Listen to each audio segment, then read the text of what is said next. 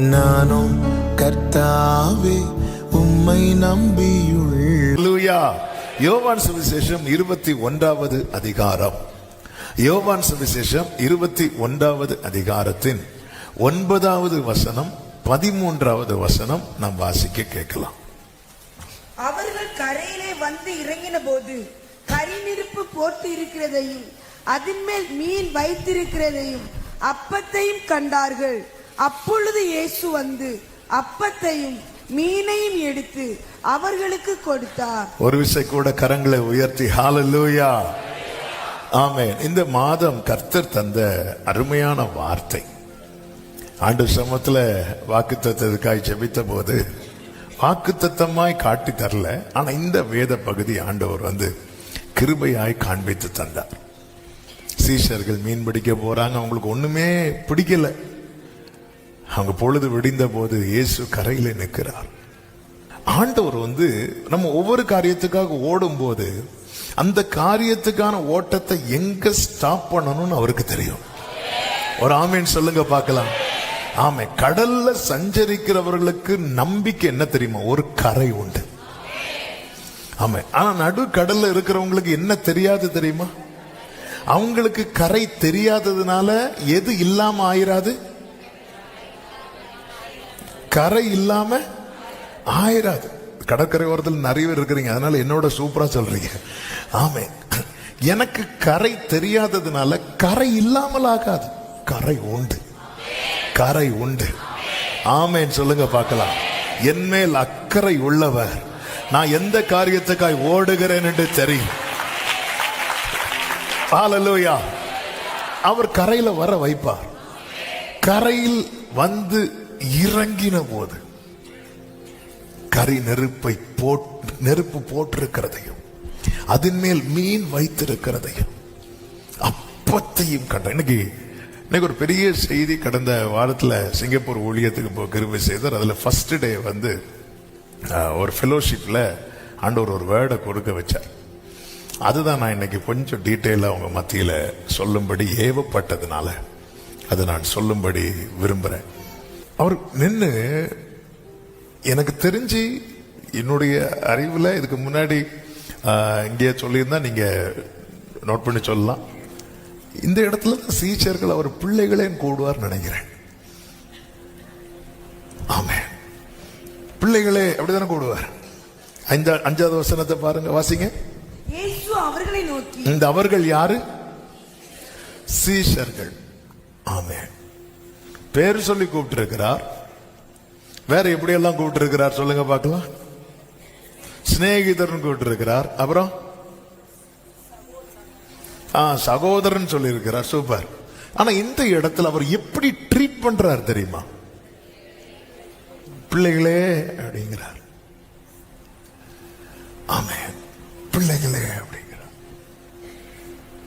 ஒரு குழந்தைய பார்க்கிறது போல இவங்களை பார்க்கிறார்.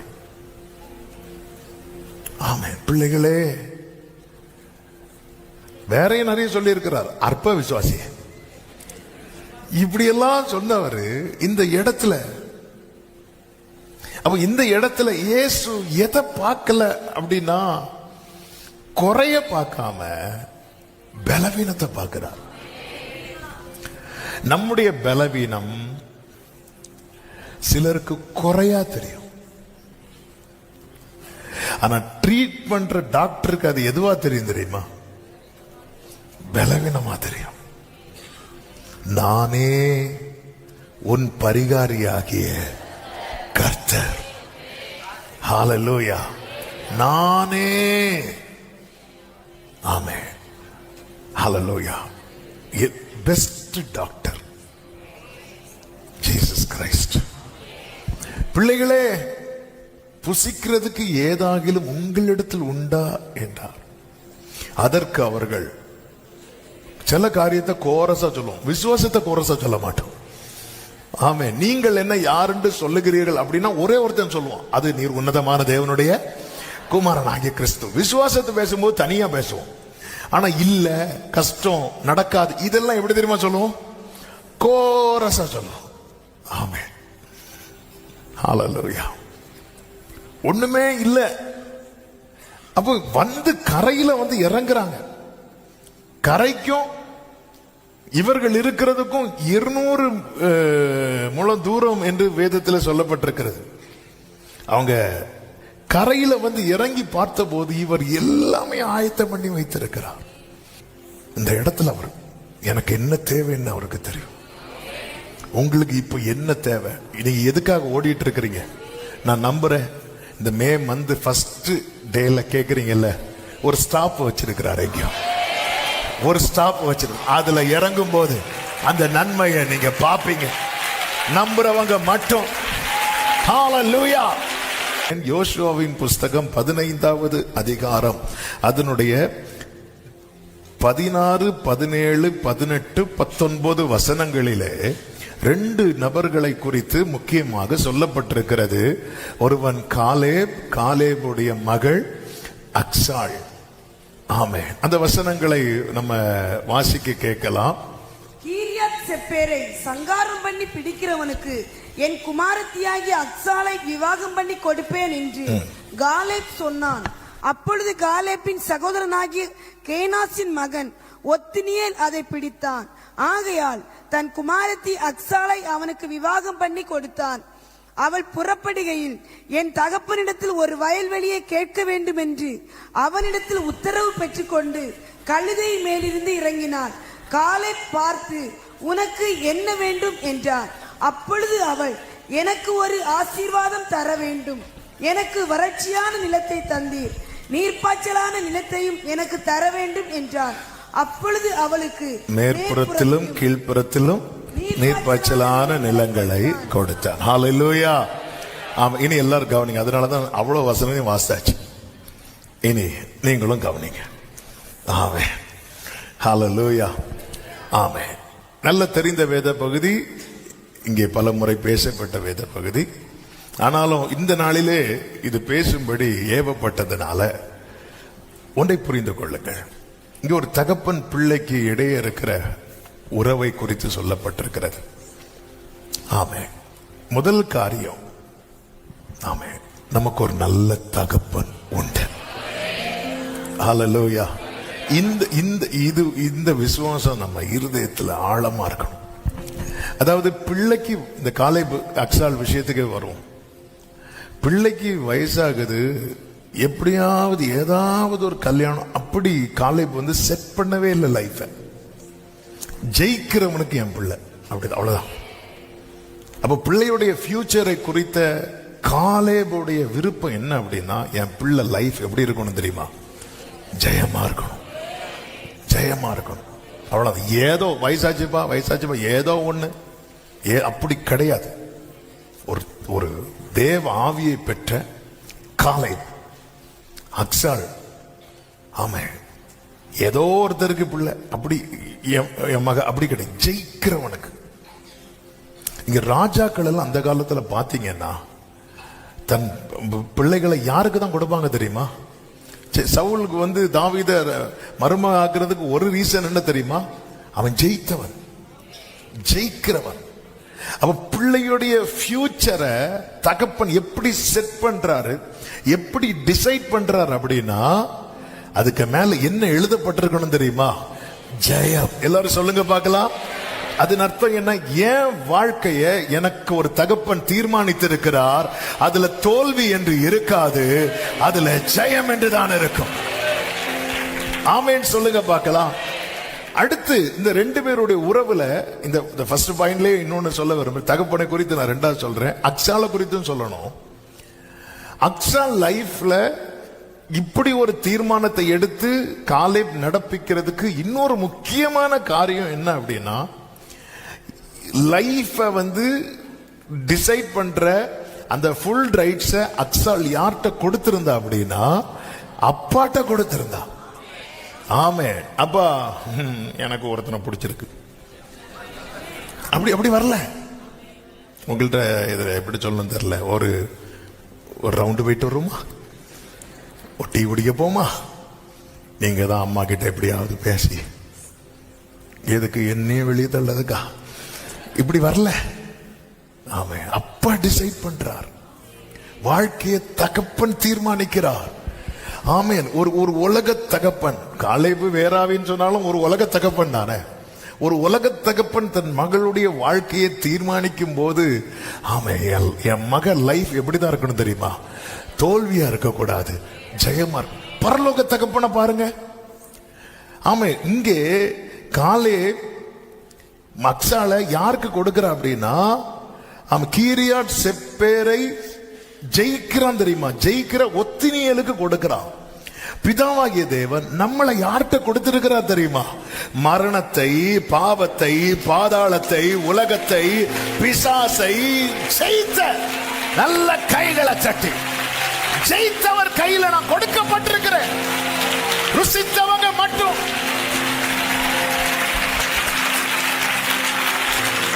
ஜெயித்தவர் கையில நான் கொடுக்கிறேன். அதனாலதான் பயங்கரமான குழியிலும் உளையான சேற்றிலும் இருந்து தூக்கி எடுத்து கண்மலை மேல நிறுத்தி, அந்த கண்மலைக்கு ஒரு பெயர் உண்டு.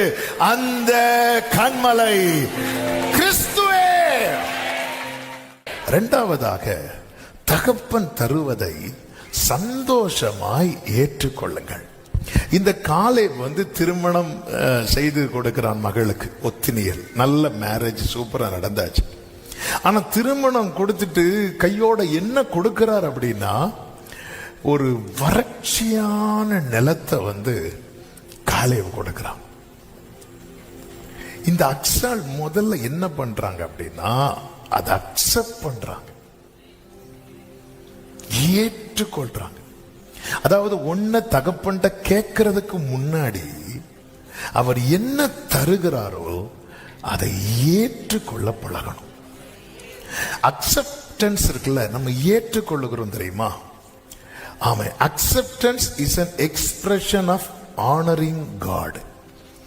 ஏற்றுக்கொள்ளுதல் கர்த்தரை கனப்படுத்துவதின் அடையாளம். ஒருத்தங்க ஒண்ணு தரத நம்ம வாங்குறோம் அப்படின்னா அவங்கள நம்ம கனப்படுத்துகிறதின் அடையாளம் அது. ஒருத்தங்க தரத எனக்கு வேண்டாம் அப்படி சொல்றோம்னா அவங்கள நம்ம கனவீனப்படுத்துறோம்னு அர்த்தம். இந்த அக்சால் என்ன பண்றான்னா, முதல்ல அப்பாவை கனப்படுத்துகிறாள். நேசிக்கிறதின் அடையாளம் கனப்படுத்துதல்.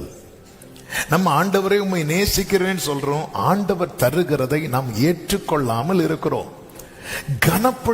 கனப்படுத்துகிறா, அவங்க அப்பாவை கனப்படுத்துறா.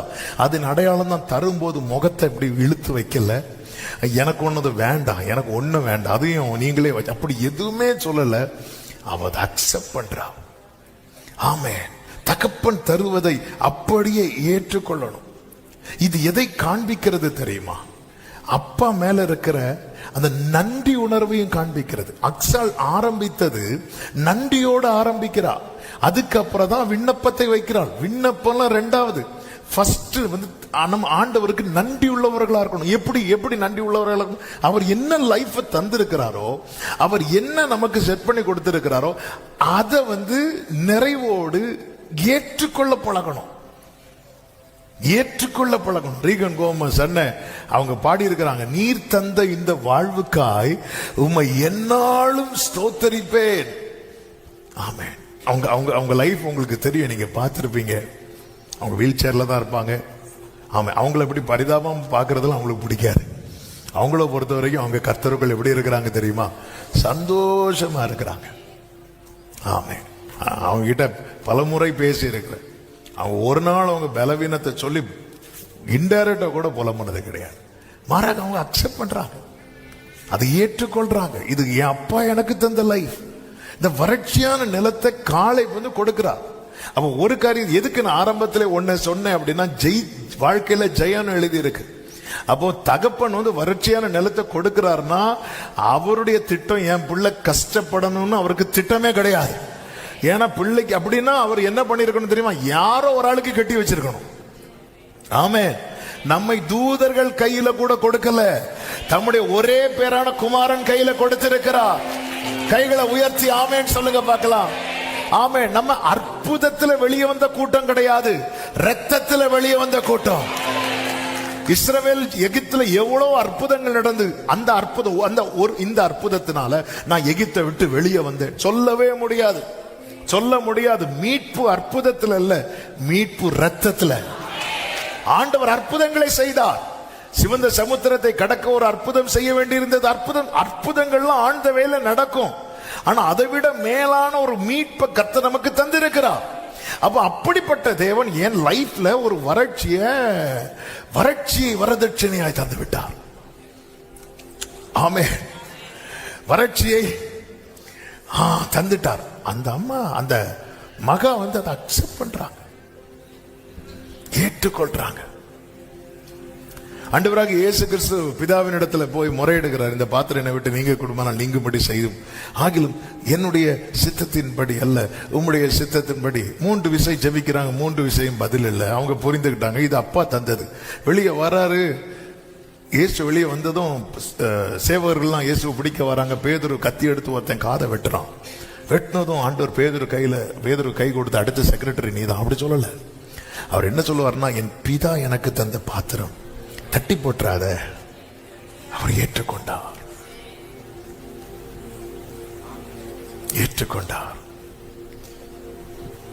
ஆண்டவரே, இன்னைக்கு நீங்க தேவன் தருகிறதை ஏற்றுக்கொள்வதின் அடையாளத்தில் ஒன்று. இன்னைக்கு நீங்க ஒரு சிச்சுவேஷன்ல இருக்கிறீங்க தெரியுமா, அதுக்காக ஆண்டவருக்கு ஸ்தோத்திரம் செலுத்து.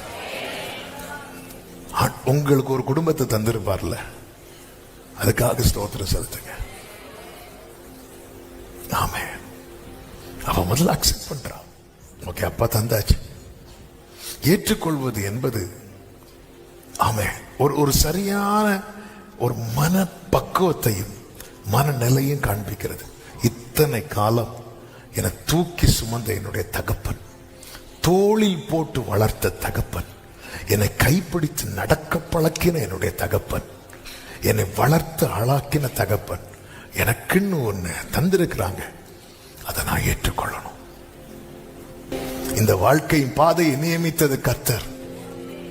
இது கண்ணீரின் பள்ளத்தாக்கு என்றால் அதெல்லாம் நடந்துதான் ஆகணும். அல்லேலூயா.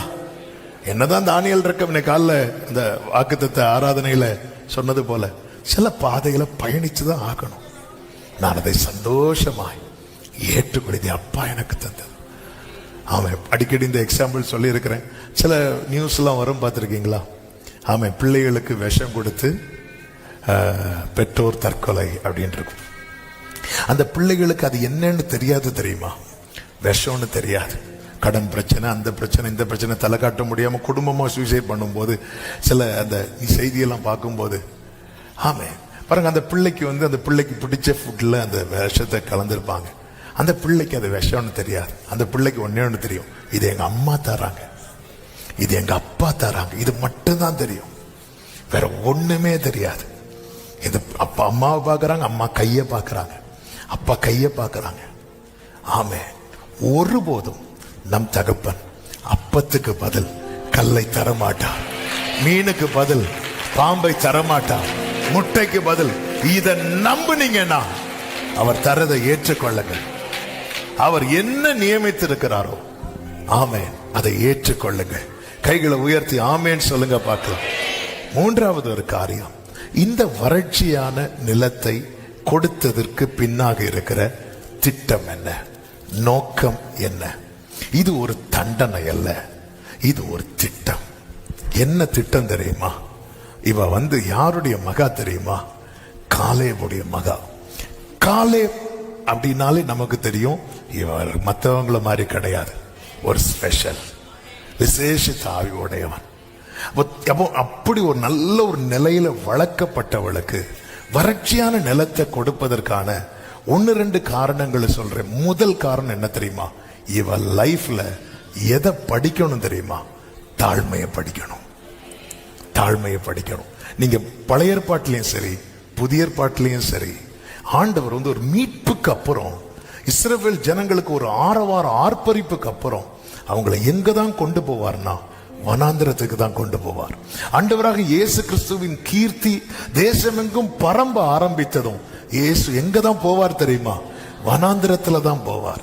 சீஷர்கள் வந்து சொல்லுவாங்க, ஆண்டவரே நீங்க சொன்னது மாதிரி நாங்க போனோம், நாங்க சொல்ல சொல்ல பேய் ஓடுது, அற்புதம் நடக்குது, அது நடக்குது, இது நடக்குது, எங்களுக்கு கையும் ஓடல காலம் ஓடல அப்படின்னு இருக்கும்போது வா வனாந்திரத்துக்கு போ அப்படி சொல்லிட்டு வனாந்திரத்துக்கு கொண்டு போகிறார். ஆமென். ஆண்டவர் வந்து சில நேரத்துல ஒன்றை புரிந்து கொள்ளுங்கள், பிரசங்கியில சொல்லப்பட்டிருக்கிறது, வாழ்ந்திருக்கும் போது நன்மை அனுபவித்திரு, தாழ்ந்திருக்கும் போது சிந்தனை செய். ஆண்டவர் நினைச்சா டைரக்டா கானானுக்குள்ள கொண்டு போயிடலாம். மேக ஸ்தம்பத்திலும் அக்னி ஸ்தம்பத்திலும் இவர்களை சுமந்து கொண்டே போகலாமே. ஆண்டவர் சுமக்கிறவர் அல்லவா?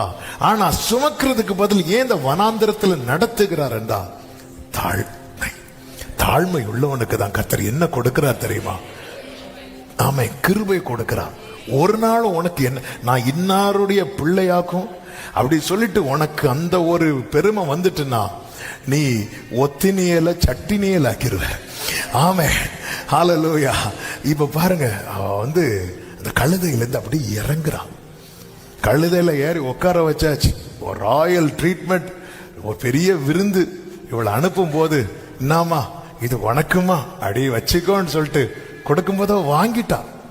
அப்ப அது என்ன, எந்த ஃப்ரெண்டு பக்கமா பின்னாடி பக்கமா? அந்த கிணறு உள்ளதுதான் எனக்கு தந்திருக்கு, ஒன்னும் கேட்கல, ஏன்னா இது என் அப்பா தந்தது. வாங்கினதுக்கு அப்புறம் பார்க்கிறா வறட்சி. அவ கழுதையிலிருந்து இறங்குறா. தாழ்மையை கர்த்தர் கற்றுத்தருகிறார். உபாகமம் 8:2 சொல்லப்பட்டிருக்கிறது, உன் தேவனாகிய கர்த்தர் உன்னை சிறுமைப்படுத்தும் படிக்கு அப்படின்னு இருக்கும். ஆமென். உன்னை சிறுமைப்படுத்தும் படிக்கு உன்னை 40 வருஷம் எதுல நடத்தின? அப்ப அவர் வந்து கொஞ்சம் இரு.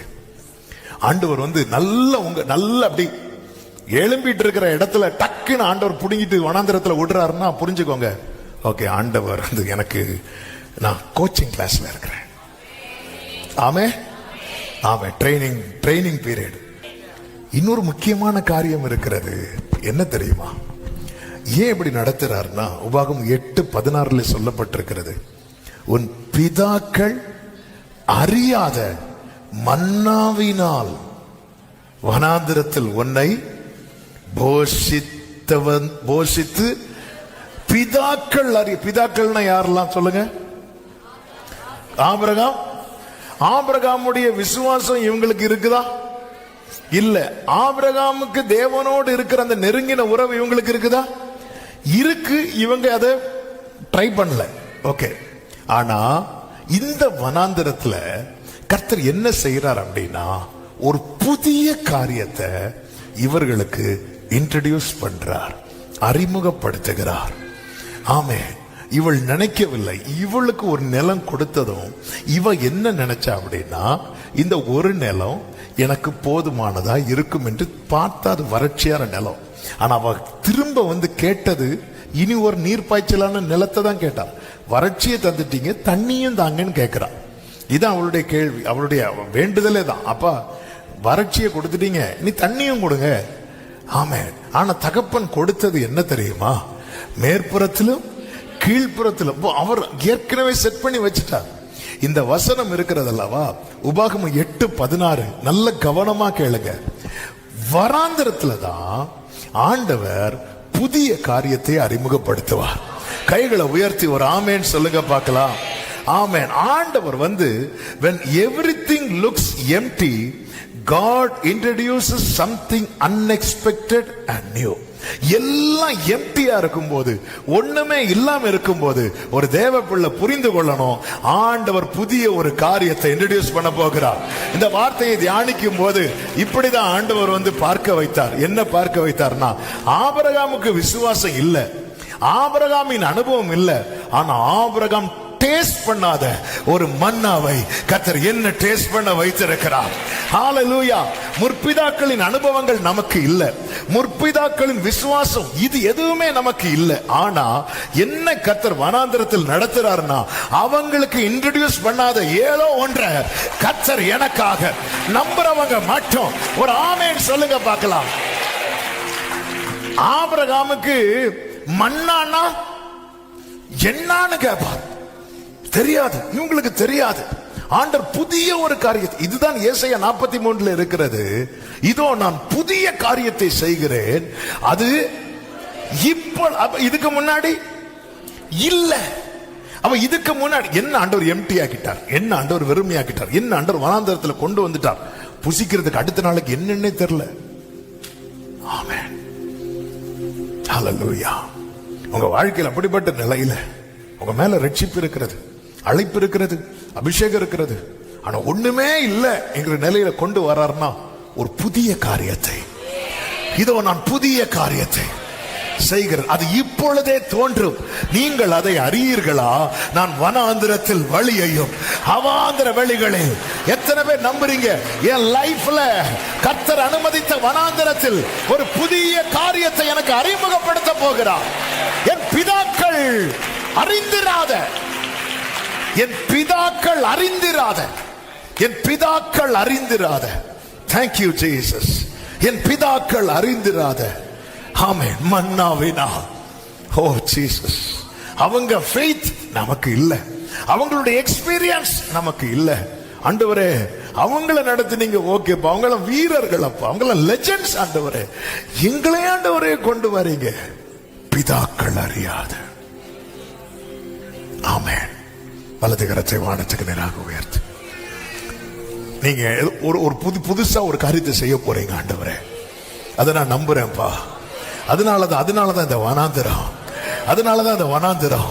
இதுவரை நான் டேஸ்ட் பண்ணாத பரலோக நன்மையை நான் டேஸ்ட் பண்ண போறேன். இதுவரை எத்தனை பேர் இந்த வார்த்தையை தீர்க்க தரிசனமாக, எத்தனை பேர் இதுவரை டேஸ்ட் பண்ணாத? நம்புறவங்க தேவனுக்கு மகிமையை செலுத்துங்க. இதுவரை டேஸ்ட் பண்ணாத, ஹல்லேலூயா. பிதாக்கள் அறிந்தவைகள் எல்லாம் வாசித்து தெரிந்து கொண்டோம், பிதாக்கள் அறிந்தவைகளை வாசித்து தெரிந்து கொண்டோம், பிதாக்கள் அறியாதவைகளை ருசித்து தெரிய போகிறோம். தேனிட்ட பணியாரம் போல இருக்கிற மன்னா நம்புறவங்க மட்டும். என் வாழ்க்கையில இந்த மே 1ஆம் தேதி இந்த செய்தியை கேட்கிற யாரோ ஒருத்தங்களுக்கு உன் வாழ்க்கையில கர்த்தர் அனுமதித்த வனாந்திரம் இதுவரை ருசித்திராத, சுவைத்திராத ஒரு புதிய காரியத்தை கர்த்தர் இன்ட்ரோடியூஸ் பண்றார்.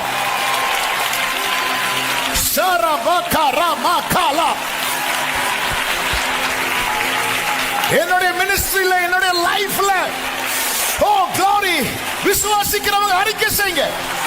என் ஃபேமிலியில இதுவரை நான் டேஸ்ட் பண்ணிராத, என் பிதாக்கள் அறிந்திராத ஒரு புதிய காரியத்தை இந்த வனாந்திரத்தில் என் கர்த்தர் அறிமுகப்படுத்துகிறார்.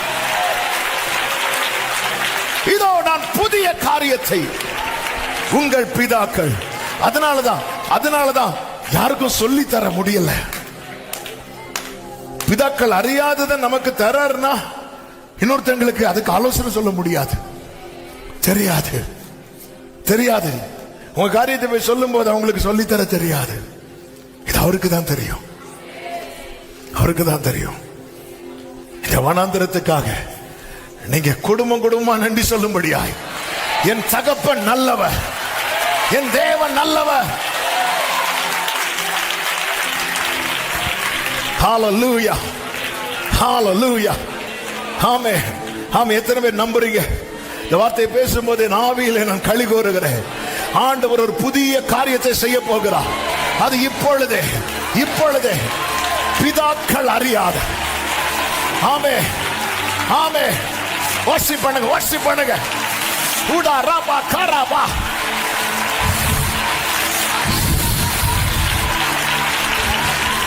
ராபா கலா மாதா ராபா. ஒரு புதிய காரியம்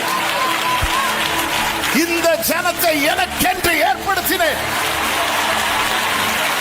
ராபா கபா மாஷே. Worship him.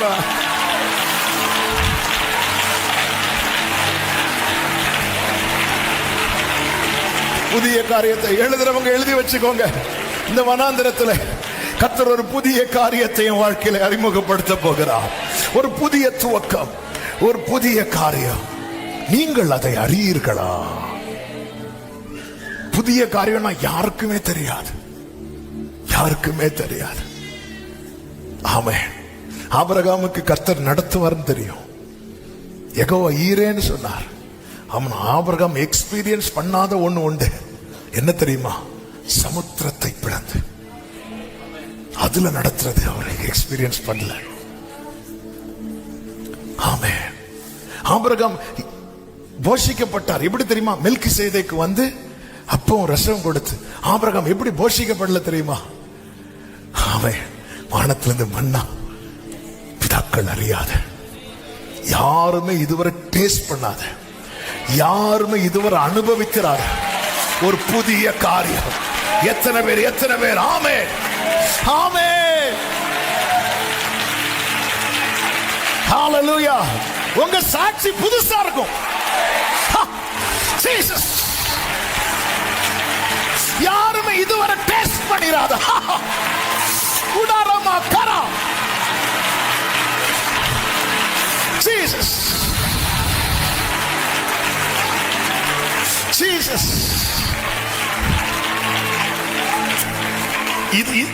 இது ஏற்கனவே கேட்ட சாட்சி, இது ஏற்கனவே கேட்ட சாட்சி, இது ஏற்கனவே கேட்ட சாட்சி. இப்படி இருக்காது, இப்படி இருக்காது. இந்த வனாந்தரத்தில் நடத்தினதின் நோக்கத்தை அறியும் வேளை வந்தது, அறியும் வேளை வந்தது. உங்கள் பிதாக்கள் அறிந்திராத. ஆமென் ஹalleluya. வனாந்திரமே வாழ்க்கையானாலும் சொல்லுங்க, கர்த்தர் என் பக்கம் உண்டு. ஆமென். வனாந்திரமே கர்த்தர் என் பக்கம் உண்டு. ஹalleluya. நீங்க நல்ல கவனிச்சீங்கன்னா தெரியும். அவ கழுதையிலிருந்து இறங்கும் போது தகப்பன் வெயிட் பண்ணிட்டு இருக்கிறா. அப்பா எங்க அவ தேடல. அவன் வனாந்தரத்தில் ரொம்ப தேட வைக்க மாட்டான். ஹalleluya. யோசுவா 15வது அதிகாரம் 18வது வசனம். அவள் கழுதையின் மேலிருந்து இறங்கினாள், காலே பார்த்து அப்படின்னு இருக்கும். அவன் வெயிட் பண்ணிட்டு இருக்கிறார். இப்ப இறங்குவா, இப்ப இறங்குவா. அவர் பார்த்துட்டு இருக்கிறார். இப்போ அவன் தன்னை தாழ்த்துவான், இப்பொழுது தாழ்த்துவான். இந்த தாழ்மைங்கிறது ரொம்ப முக்கியங்க. அவன் ஆண்டவரே நான் தாழ்த்த தவறுறேன்னா என் லைஃப்ல நீங்க வனாந்தரத்தை ரெடி பண்ணி வச்சுக்கோங்கப்பா. ஆமென். ஆண்டவரே எனக்குன்னு ஒரு வனாந்தரத்தை. இயேசு வந்து அவரே வனாந்தரத்தை தேடி தேடி போனார். நான் எங்கேயாவது நீர் வெறுக்கிற அருவருக்கிற மேட்டிமை பெருமை எழும்புதுன்னா அடுத்த ஸ்டெப் ஒரு வனாந்தரமா இருக்கட்டும் ஆண்டவரே. ஆமென். ஆண்டவர் இந்த வனாந்தரம் எனக்கு தாழ்மையை கற்றுக் கொடுக்கணும், அந்த வனாந்தரம் இருக்கட்டும். ஹalleluya ஹalleluya ஹalleluya. அதனாலதான் வார்னிங் எல்லாம் வனாந்தரத்தில் இருக்கிற ஜனங்களுக்கு வார்னிங். கானானுக்கு போனதுக்கு அப்புறம் உள்ள காரியத்தை குறித்து தான் வார்னிங் கொடுத்துட்டு இருக்கிறார். நீ அங்க போகும்போது அப்படி நினைச்சிடக்கூடாது, இப்படி நினைச்சிடக்கூடாது, உன் தேவனாகிய கர்த்தரை நினைப்பாயாக நினைப்பாயாக. இப்ப நீ நினைச்சதாகணும், வேற வழி இல்லை. ஏன்னா நீ இப்ப எங்க இருக்கிற? வனாந்தரத்தில். ஆனா கானானுக்கு போகும்போது இங்க பாரு, நீ கட்டாத வீடு, நடாத தோட்டம், அப்ப தாழ்ச்சியே கிடையாது, தலைமுறைக்கு இருந்து சாப்பிடலாம். இப்படியெல்லாம் வரும்போது மறந்துடாத, உன் தேவனாகிய கர்த்தரை மறவாதபடிக்கு வார்னிங் வந்து, அதாவது நம்ம லைஃப் செட்டில் ஆக்குறா தெரியுமா, அதுலதான் வார்னிங்கே இருக்கு. ஏன்னா அங்கதான் நம்ம இடருவோம், அங்கதான் தவறுவோம். ஏண்டவர் இந்த வனாந்திரம். ஆமென். நீ கேட்டது, நீ அறிந்ததெல்லாம் உன் பிதாக்கள் டேஸ்ட் பண்ணது. ஆபிரகாம் வாழ்க்கையில் டேஸ்ட் பண்ண காரியம் நம்ம டேஸ்ட் பண்ணும்போது அது ஏற்கனவே ஒரு ஆள் டேஸ்ட் பண்ணது. ஆனா ஆண்டவர் இங்க புதுசா ஒன்னு இன்ட்ரோடியூஸ் பண்றார். உன் பிதாக்கள் அறியாத, உன் பிதாக்கள் அறியாத. ஆமென் ஆமென். எத்தனை பேர் நம்புறீங்க? விசுவாசத்தோட உங்க நெஞ்சில கை வச்சு சொல்லுங்க, என் சாட்சி புதுசு, என் சாட்சி புதுசா இருக்க போகுது. ஓ ஹalleluya ஹalleluya ஹalleluya. என் சாட்சி புதுசா இருக்க போகுது, என் சாட்சி புதுசா இருக்க போகுது. கர்த்தர் அப்படி செய்ய போகிறார். அது இப்பொழுதே தோன்றும். ஆமென் சொல்லுங்க பார்க்கலாம். இன்னும் 2 காரியத்தை வேகமா சொல்லி ஜெபிக்கிறேன். 4வது தேவனிடத்துல, தகப்பனிடத்துல தைரியமா கேளுங்க. தைரியமா கேளுங்க. எதின் அடிப்படையில் தெரியுமா? ஆசையின் அடிப்படையில் இருக்கக்கூடாது, உறவின் அடிப்படையில். இந்த தைரியம் ஈஸியா வராது. இந்த தைரியம் வரணும்னா உறவு ஸ்ட்ராங் ஆகணும். இப்போ புரியும் எக்ஸாம்பிள் சொல்றேன். இந்த அக்ஷாலுக்கு இந்த தைரியம் வர காரணம் என்ன? ஏன்னா இந்த லைஃபை யார் செட் பண்ணி கொடுத்தது? அப்பா. அதுதான் ரீசன். இன்னொன்று, அவ எந்த பிளாட்ஃபார்ம்ல நின்னுட்டு கேட்கறா தெரியுமா? அப்பா கொடுத்த வறட்சி அக்செப்ட் பண்ற அந்த நிலையில இருந்து கேட்கிறா. தகப்பன் கொடுக்கிறத நம்ம ஏற்றுக்கொள்ளும் போது, அதை நம்ம வேல்யூ பண்ணும் போது, அதை நம்ம மதிக்கும் போது நமக்கு அவர்கிட்ட கேட்கணுங்கிற தைரியம் வரும். ஆமென். அதாவது ஏதோ ஒரு ட்ராக்ல நடந்துட்டு கர்த்தர் பார்த்து கொள்வார் என்று ஆபிரகாம் சொல்லவில்லை. கர்த்தர் ஒரு ட்ராக் போட்டு, நீ மோரியா தேசத்துக்கு போய் நான் உனக்கு குறிக்கும் மலைகள் ஒன்று, ஃபுல் மேப் அவர் தான் செட் பண்ணி கொடுக்கிறார். அதுல பயணித்துட்டு தான் சொல்றார் கர்த்தர் பார்த்து கொள்வார். நம்ம கால் போன போக்கிலும் மனம் போன போக்கிலும் நடந்துட்டு கர்த்தர் பார்த்து கொள்வார் சொல்ற. ஆண்டவர் சொல்றான், பார்த்தேன், காணல. ஆமே. ஏதோ ஒரு பாதையில் நடந்துட்டு இவளுக்கு இவ வேல்யூ பண்ற அப்பா கொடுத்த லைஃப மதிக்கிறா. அந்த இடத்துல அவளுக்கு கேட்கணுங்கிற தைரியம் வருது. எஸ்தர் பாருங்க, எஸ்தர் அகஸ்வேரு ராஜாவுக்காக ஏற்படுத்தப்பட்டவள். அகஸ்வேரு ராஜா பொற்செங்கோல நீட்டி தயவும் கிடைச்சாச்சு. தயவு கிடைச்சதுக்கு அப்புறம் அவளால கேட்க முடியல. ஏன்னா பேசி பழக்கம் இல்லை. ராஜா ஃபர்ஸ்ட் அட்டம்ப்ட்ல சொல்லிட்டாரு, நீ ராஜ்யத்துல பாதி மட்டும் கேட்டாலும் நான் உனக்கு தருவேன். அப்பவே கேட்க வேண்டியது, கேட்கல. ஏன்னா பழகல. பழகணும்னா விருந்து வைக்கணும். ஆமே. இவ ஆசையா வைக்கிறா. அவரும் வராரு. முதல் விருந்துலையும் கேட்கல, ரெண்டாவது விருந்துல கேட்கறாங்க. இவ அப்படின்ட்டா. முடிஞ்சு கதை முடிஞ்சு. ரெண்டு விருந்துல கதை, சத்துருக்க கதை முடிஞ்சு. நம்ம விருந்தா வைக்கிறோம். ஆமா, ரெண்டே விருந்து, சத்ருவுக்கு கதை முடிஞ்சு. அந்த பழக்கம் தான் கேட்க தூண்டும். கேட்கணும். ஆமென். எபேசியர் 3வது அதிகாரம் 12வது வசனத்தில் சொல்லப்பட்டிருக்கிறது, அவரை பற்றும் விசுவாசத்தால் அவருக்குள் நமக்கு தைரியமும் திட நம்பிக்கையோட தேவனிடத்தில் சேரும் ஸ்லாக்கியமும் உண்டாயிருக்கிறது. அவரை பற்றும் விசுவாசம். இயேசுவை இறுக பிடித்துக் கொள்ளணும். அவளை அப்படி நம்பணும், முழுசா நம்பணும். ஒருத்தங்களை நம்ம முழுசா நம்புறோம்னா எல்லாத்திலையும் நம்ம அவரை தான் வச்சிருப்போம். எல்லாத்திலையும் அவரை தான் வச்சிருப்போம். சில பிள்ளைங்க அம்மா விட்டு எங்க போனாலும் இறங்கவே மாட்டாங்க. சில பிள்ளைங்க அப்பா விட்டு எங்க போனாலும் இறங்கவே மாட்டாங்க. எத்தனை சொந்தக்காரங்க உறவுகள் வந்தாலும் இறங்கவே மாட்டாங்க. ஏன்னா அந்த முழு நம்பிக்கையும் அவங்கள கொஞ்சம் இறக்கி விட்டாலும் இன்னொருத்தவங்க தூக்குனாலும் ஃபியூ செகண்ட்ஸ்ல அழுதுட்டு வந்துடும். இப்படி இருக்கணும். இயேசுவை விட்டுட்டு ஒண்ணு நான் யோசிக்கவே கூடாது. இது எனக்குள்ள ஒரு பெரிய தைரியத்தை கொடுக்குது. எங்க போறதுக்கு தெரியுமா? அப்பா கிட்ட போறதுக்கு. ஹல்லேலூயா.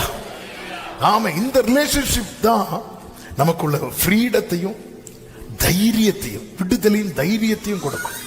இந்த உறவு அது தைரியமா கேட்கிறான்.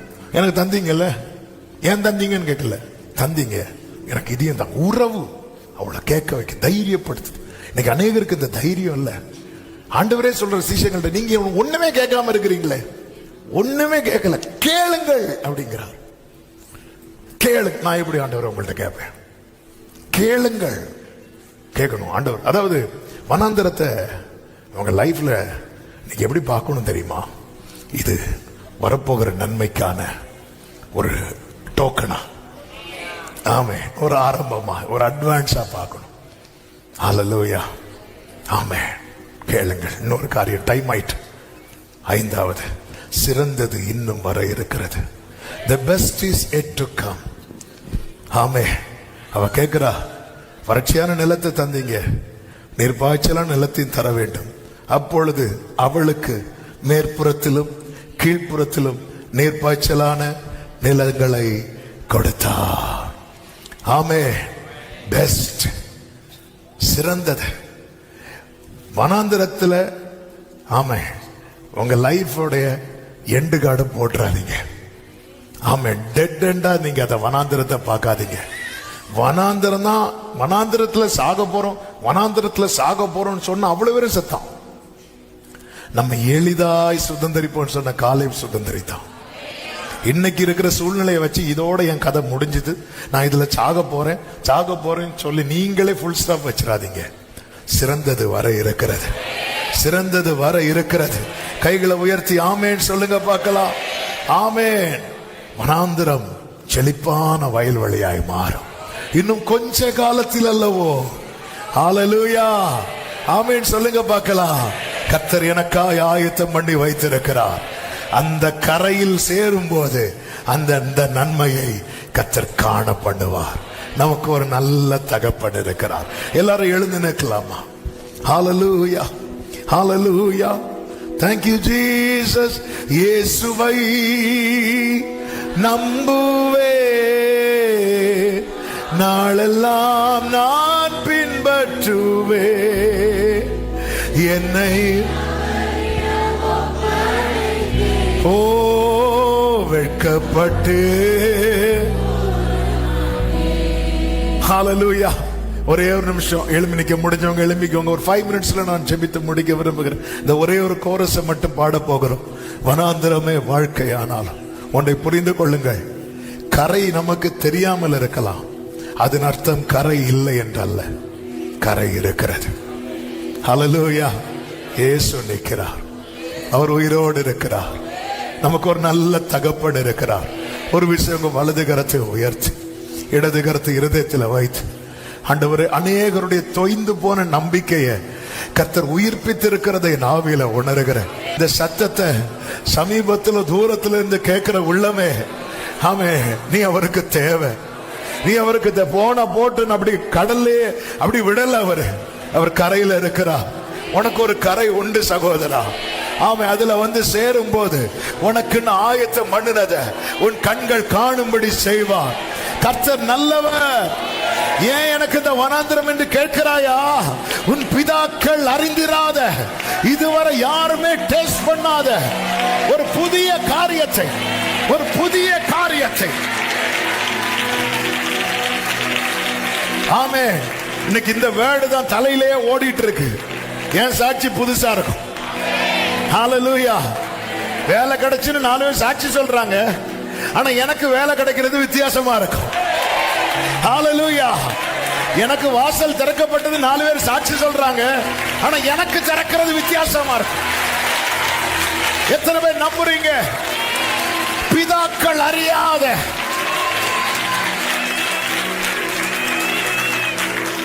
Jesus, Jesus. அப்படியே 2 கைகளை உயர்த்து. அப்ப நீங்க இருக்கிறீங்க. என்ன அப்பான்னு கூட வச்சது நீங்க தானே. என் அப்பான்னு கூட வச்சது நீங்க. வனாந்திரமே வாழ்க்கையானாலும் கர்த்தரின் பக்கமுண்டு. வனாந்திரமே வாழ்க்கையானாலும் கர்த்தரின் பக்கமுண்டு. வேண்டியதை அவர் நம்பி நான் முன் செல்லுவேன். வேண்டியதை அவர் நம்பினா இயேசுவை நம்புவேன். இயேசுவை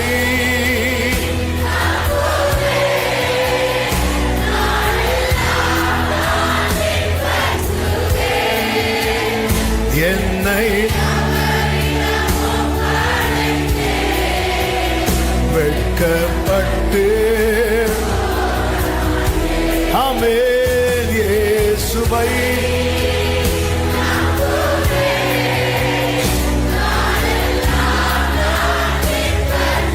ஆமென். என்னை வெட்கப்பட்டு ஆமென். ஒரே ஒரு வார்த்தை சொல்ல ஏவப்படுகிறேன். இந்த மன்னாவை கொடுக்கிறதுக்கு முன்னாடி இந்த இஸ்ரவேலர்கள் எல்லாம்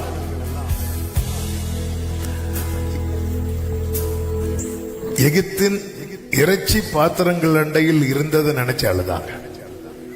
ஏன்னா அதை அவங்க ஏற்கனவே டேஸ்ட் பண்ணது ஏற்கனவே டேஸ்ட் பண்ணதை கர்த்தர் ஸ்டாப் பண்றாருன்னா இதுவரை டேஸ்ட் பண்ணாததை கர்த்தர் தரப்போறார் நாட்கள்.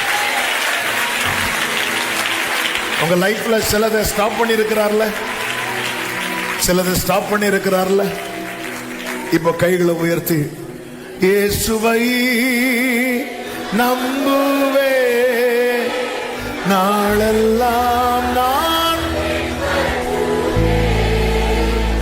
என்னை அவரிடம் வெட்கப்பட்டு போக மாட்டேன். ஆமென். இயேசுவை நம்புவே நாளெல்லாம் என்னை அவரிடம் வெட்கப்பட்டு. கடைசியா கைகளை அசைத்து ஹல்லேலூயா பாடி முடிக்கலாம்.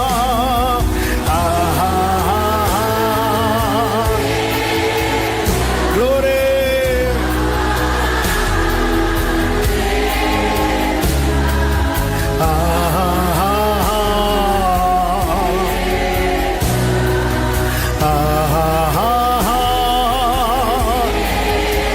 சகோதரா, சகோதரி, உங்கள் சாட்சி புதுசா இருக்க போகுது.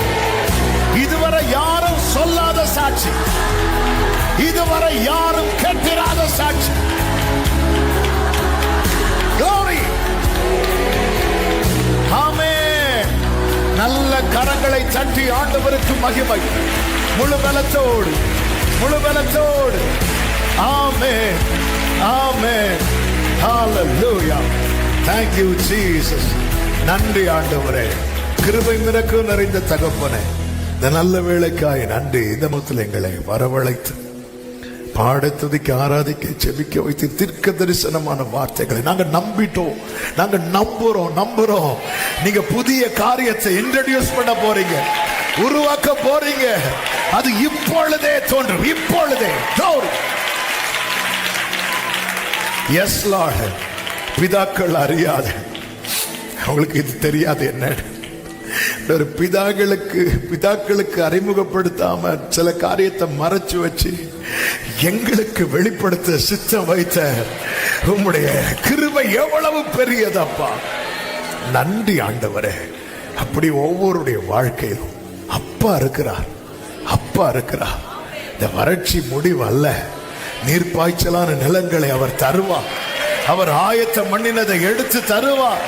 கரை சேரும் போது என் கண்கள் அதை காணும். இந்த நம்பிக்கையிலே முன் செல்ல ஒவ்வொருவருக்கும் கிருபை செய்யும். ஒவ்வொருவரையும் ஆசீர்வதியும். சமாதானத்தோடு அனுப்பி சாட்சியாய் கொண்டு வரும்.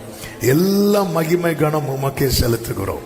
இரட்சகர் இயேசுவின் நாமத்தில் பிதாவே, ஆமென். செய்து சொல்லுவோம். என் ஆத்துமாவே கர்த்தரை ஸ்தோத்திரி, முழுவதுமே அவருடைய பரிசுநாமத்தை ஸ்தோத்திரி.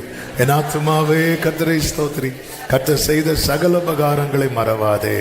ஆமென். நம்முடைய கர்த்தராகிய இயேசு கிறிஸ்துவின் கிருபையும் பிதாவாகிய தேவனுடைய அன்பும் பரிசுத்த ஆவியானவருடைய ஐக்கியமும் சிநேகமும் பாதுகாவலும் நம் அனைவரோடும் எல்லாம் பரிசுத்தவான்களோடு கூட கர்த்தருடைய வருகை மட்டும் தங்கியிருப்பதாக.